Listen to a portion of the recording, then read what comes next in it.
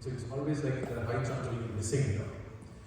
So meniscal ramp lesions are hidden lesions in the posterior medial blind spot area. When you look at the incidence of, along with the ACL, the incidence of meniscal tears is up to 61%.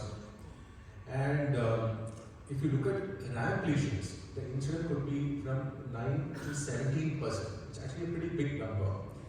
And coming to the definition of the ramp lesions, is there any consensus in the definition? No, because there are varied definitions in literature. When you look at Strobel, he described 1988. He described this posterior medial meniscus tears. And it looked like a ramp when he visualized from that area. That's why I called it as a ramp lesion. Then, is there a particular definition on the base of the length? So this particular paper, AJSM paper, showed that a tear of up to 2.5 centimeters in the posterior horn area could be a ramp lesion. Then again it was modified because all the other papers started talking about synovial and capsular separation, but nobody talked about the meniscotibial separation.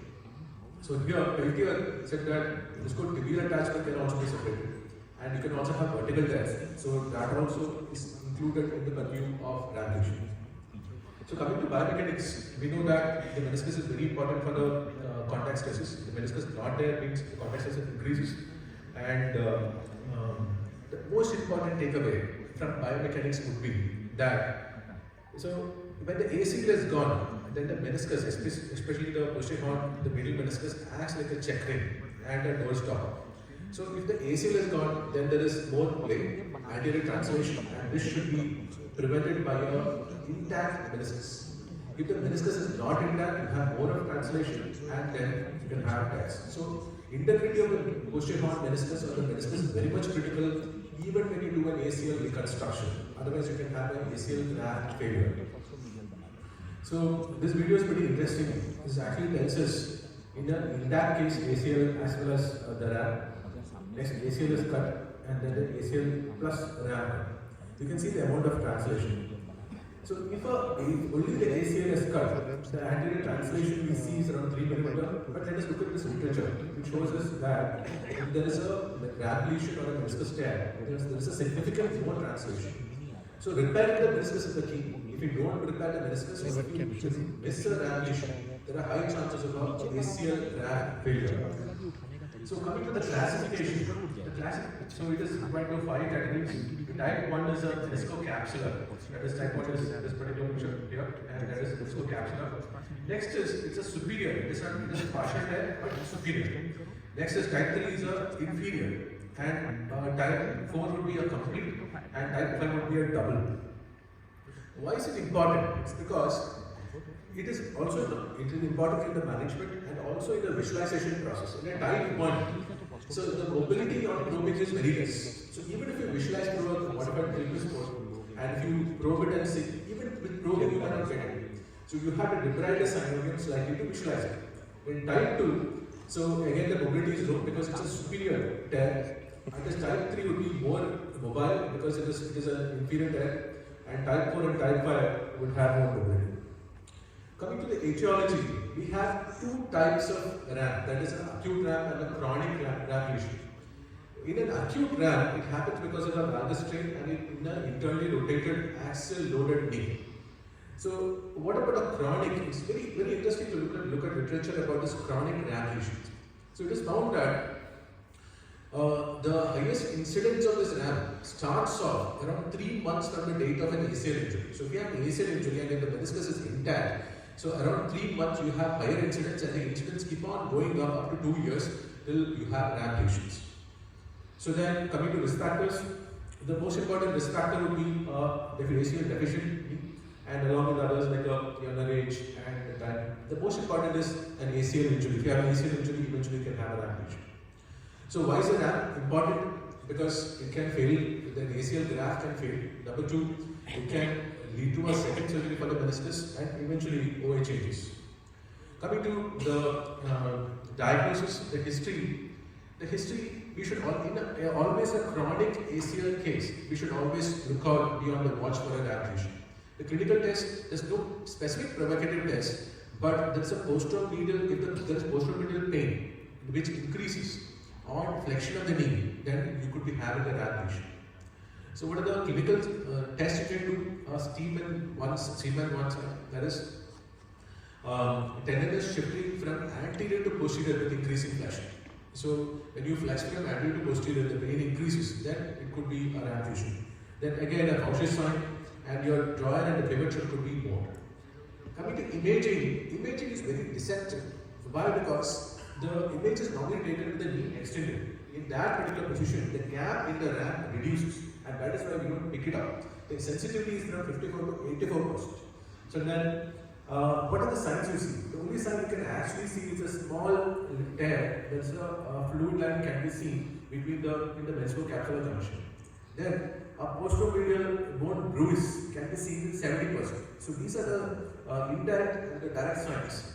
And then coming to the arthroscopy is the gold standard. So if we can't visualize it properly, the chance of missing on a ramp is high because 40% go unnoticed only with an anterior port. So we need to visualize with the posterior ports as well. How to see it? There are two ways. Okay, one is through the intercondylar approach, that is you go between the PCL and the condyle and then visualize it. The other is directly through the posteromedial port. So this is the video of the calculation. So you basically make a space between the PCL and the meniscus, then you go in, you debride it, go in and pass the scope inside.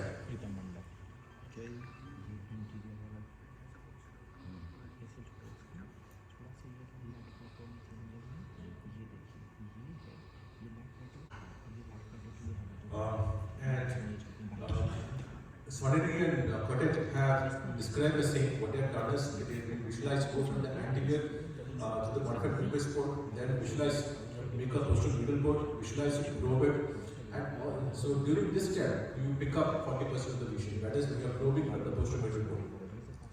The treatment options: one is conservative, next is meniscal repair, meniscectomy, definition, or fleshing. These are different options in front of us.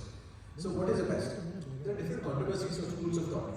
Number one is that when you have a ramp lesion, the question is like we should go in when you ramp lesion along with an ACL reconstruction.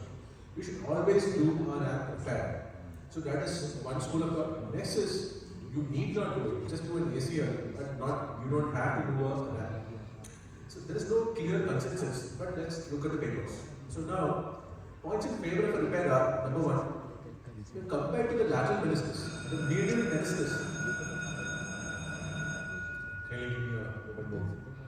So, compared to the lateral meniscus, the medial meniscus, the healing rates are much lesser.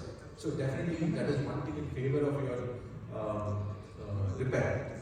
Then, longer tear, if it's a smaller tear, for example, if you look at literature, less than 1 centimeter ramp can be treated conservatively. But longer tear, you should operate. These are the takeaways favoring repair. There's a longer tear has to be repaired, and the medial meniscus definitely should be repaired. Coming to conservative management, there is this particular paper talking about the conservative management. It's very interesting. Non-weight bearing mobilization for 8 weeks, followed by partial and then full weight bearing. These tears, which are less than 1 centimeter, responded very well to conservative management. Then, this is a systematic review which talks about the repair. So, this says that most of the surgeons do repair. They do definitely want repair, and the repair rates are pretty good.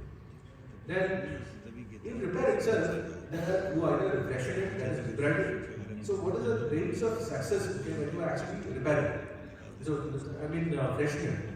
So, if you just freshen it compared to an all-inside repair, there is similar outcomes. So, that is to say that if you debride it also, you can, especially in type 1 and type 2, that is a smaller tear, simpler tear patterns, just debridement might be enough. You need not do an all inside. That's a takeaway. Then another technique was trepidation to make multiple needle punctures. And here it was done for less than 1.5 centimeter tear.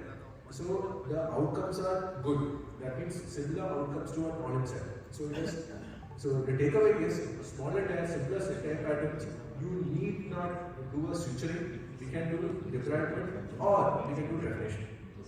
The options we have are all inside repair, where we have all inside devices which we discussed on later, And we also have lasso loops or the suture shuttling techniques of all inside repair. When you look at the success of all inside repair in ramp lesions, the failure rate is 11% compared to inside out. Inside out is supposed to be better. So this is the all inside. This is also the all inside technique. But this is when you look at the inside out, it is much better compared to the all insides. Why? Because more numbers of sutures are crossed. The only difficulty is that we have to protect the structures we do. So the inside out repair. So I'll not be going to the video. So this is my take on the application.